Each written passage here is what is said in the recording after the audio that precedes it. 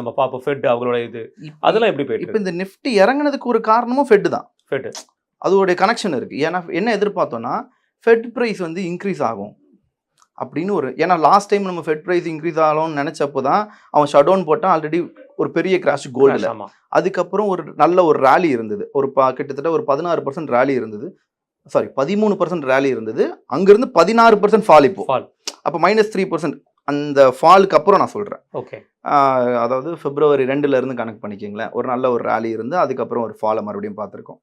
இப்போ இந்த கால்குலேஷன் பார்க்குறப்போ ஃபெட் ரேட் அப்பயும் சொல்கிறேன்னா நார்மலுன்னு ஆச்சு. ஆமாம், ஆல்ரெடி பிரச்சனை போயிட்டு இருந்தது, நார்மலுன்ட்டா மக்களுக்கு அது மேலே ஒரு நம்பிக்கை வந்துச்சு.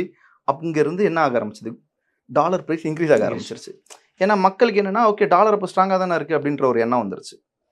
ரெண்டாவது இப்போ மறுபடியும் எதிர்பார்த்தோம், ஓகே ஏதாவது ஒரு ஃபெட் வந்து அவங்களுடைய விஷயங்களை சொல்லுவாங்க, இன்ஃப்ளேஷன் பற்றி பேசுவாங்கன்னு பார்த்தா இப்பயும் நாங்கள் ஸ்ட்ராங்காக தான் இருக்கோம். அவங்க வெளியிட்டு நியூஸை தான் நம்ம நம்பிட்டு இருக்கோம். ஆமாம், ஸ்டேபிள்ங்கிற கான்செப்ட் சொல்லியிருக்காங்க. ஆமாம், பட் அதில் ஒரு வார்த்தை சொல்லியிருக்காரு அவர் கிரண் பால் வந்து நாங்கள் எக்ஸ்பெக்ட் பண்ண இது வரல அப்படிங்கிற. ஏன்னா அவங்க 1.5% எக்ஸ்பெக்ட் பண்ணோம், அது கீழே வரல. அது வந்து அப்போ குட் நியூஸ் தான். குட் நியூஸ் தான், அது வந்து குட் நியூஸ் தான். அப்போ மறுபடியும் என்ன ஆகுது, அந்த குட் நியூஸ் அவங்களுக்கு சாதகமாகவே ஆகுது, டாலர் மேலே நம்பிக்கை இன்னும் வருது. ஆமாம், அப்போ டாலர் இன்க்ரீஸ் ஆகிறது காரணத்தினாலேயே முதல்ல என்ன பயம் வரும், டாலர் டிக்ரீஸ் ஆகும், கோல்டு இன்க்ரீஸ் ஆகும். இப்போ டாலர் இன்க்ரீஸ் ஆகிறதுனால கோல்டு பக்கம் பெரிய இன்வெஸ்ட்மெண்ட்ஸ்குள்ளே கொண்டு போக மாட்டாங்க. நார்மலாகவே ஒரு வாரன் வந்தால் எல்லாரோட இன்வெஸ்ட்மெண்ட்டும் கோல்டு நோக்கி இருக்கும். ஆனால் இந்த செக்மெண்ட்டே வேறு மாதிரி இருக்குது, எல்லாரோட இன்வெஸ்ட்மெண்ட்டும் டாலர் நோக்கி இருக்கு இப்போ. ஏன்னா பிரச்சனை எல்பிஜிலையும் குரூட்லேயும் வந்துருச்சு. நீ கம்பல்சரி வேறு என்ன தான் கொடுத்து வாங்கி ஆகணும், டாலர் கொடுத்து தான் வாங்கி ஆகணும். டிமாண்ட் அங்கே ஹெவியாக க்ரியேட் பண்ணிட்டான்.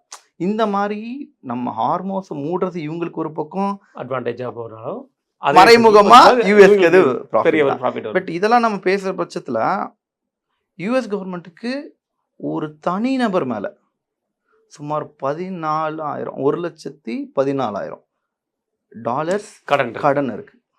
அவங்க வரக்கூடிய டேக்ஸை தாண்டி செலவு பண்ணிட்டு போயிட்டு இருக்காங்க. ஸோ இதை எப்படி பார்க்க போகிறாங்க, இது எப்படி அவங்க மேனேஜ் பண்ண போகிறாங்கன்ற ஐடியாவே இல்லை. மேபி இதை அவங்க செட்டில் பண்ணலை, இதை ஒரு ப்ராப்பராக கொண்டு போகலன்னா அவங்களோட யூஎஸ் எக்கனாமிக் கொலாப்ஸ் ஆகிறதுக்கு மிகப்பெரிய வாய்ப்பு இருக்குது.